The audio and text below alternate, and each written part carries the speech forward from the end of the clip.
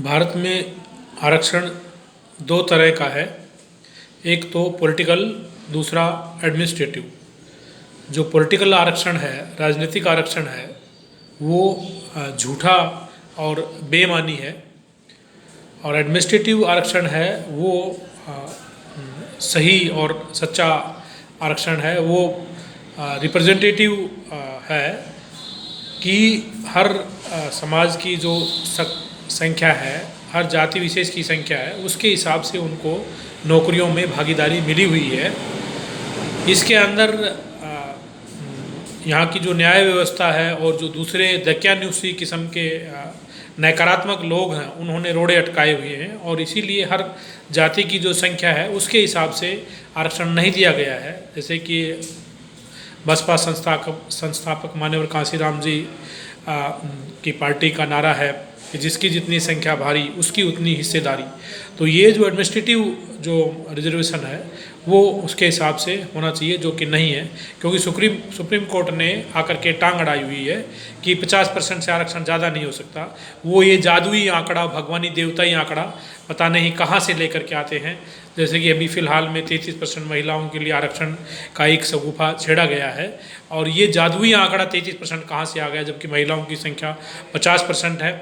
और इस देश के अंदर मूल निवासी बहुजनों की जो आबादी है वो 85% से ज़्यादा, 90% के आसपास में है। तो उनको 50% तक आप कैसे सीमित कर सकते हैं और कैसे आप 52% आबादी को या 27% दे सकते हैं और 15% आबादी को आप 50% के अंदर और जोड़ करके 10% आर्थिक आधार पर आप कर रहे हैं, 60% दे रहे हैं। और दूसरा ये है कि आप जो सामान्य जाति के लिए जो आरक्षण है उसके अंदर कैटेगरी ए और कैटेगरी बी नहीं बनाते हैं, जबकि आप शेड्यूल कास्ट और बैकवर्ड क्लास के अंदर कैटेगरी ए और कैटेगरी बी बनाने के लिए इतने आतुर हैं कि आपने उनके अंदर कैटेगरियाँ बना दी हैं।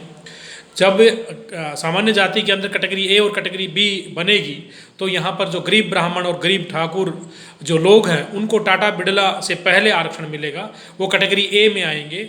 और जो पूंजीपति लोग, धन्ना सेठ, बड़े बड़े जो लोग हैं जनरल कास्ट के अंदर आते हैं, उनको जो है आरक्षण कैटेगरी बी के अंदर मिलेगा। तो ये जो है असमानता है और इस तरह की विभिन्नताएं, असमानताएं पैदा करना ही यहाँ के जो आर्य जो लोग हैं, चाहे वो न्यायालयों में बैठे हों, चाहे मंत्रालयों में बैठे हों, उनका काम है। तो अब बात उठती है कि आप आरक्षण को समाप्त कैसे करें। आप जो आरक्षण समाप्त कर सकते हैं वो राजनीतिक आरक्षण है, जिसको हम पॉलिटिकल आरक्षण कहते हैं, जो कि यहाँ पर एक किस्म से पार्टीगत है। वो पार्टियां जो हैं अपने नुमाइंदे चुनती हैं, लोगों के माध्यम से अपने पैराशूट से कैंडिडेट उतारती हैं, चाहे वो सामान्य जाति के अंदर हो, महिलाओं के अंदर हो, शेड्यूल कास्ट के अंदर हो, बैकवर्ड क्लास के अंदर। तो इस आरक्षण को समाप्त करने के लिए ज़रूरी है कि जो बुद्धिजीवी लोग हैं हर समाज के अंदर, हर बिरादरियों के अंदर बुद्धिजीवी लोग हैं, उनको पार्टी से अलग हट कर के उनको जिताने की बात है। कि शेड्यूल कास्ट के अंदर यदि सामान्य शेड्यूल कास्ट के अंदर पैदा हुए और जो अच्छे ईमानदार लोग हैं और वो सामान्य स्थानों से लड़ते हैं चुनाव, तो उनको जिताने की ज़रूरत है।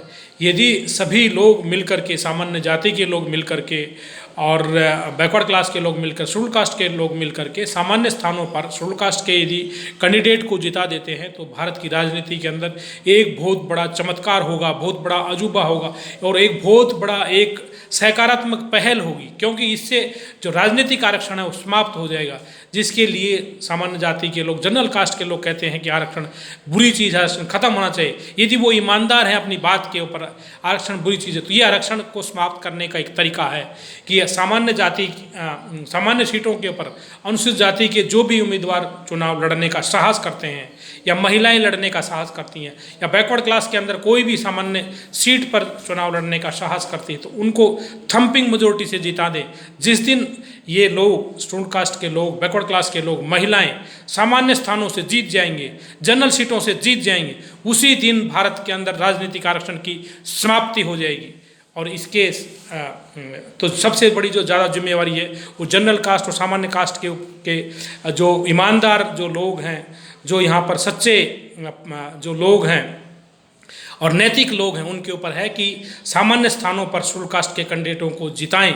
अभी चुनाव आ रहा है, जैसे कि भारत के अंदर 5 राज्यों के अंदर चुनाव हो रहा है, राजस्थान में, छत्तीसगढ़ में और मध्य प्रदेश में और दूसरे अन्य राज्यों में चुनाव हो रहा है, तो वहाँ पर सामान्य स्थानों पर जो शेड्यूल कास्ट के कैंडिडेट खड़े होते हैं उनको थंपिंग मेजोरिटी से जिताएं। इससे जो है राजनीतिक आरक्षण समाप्त हो जाएगा।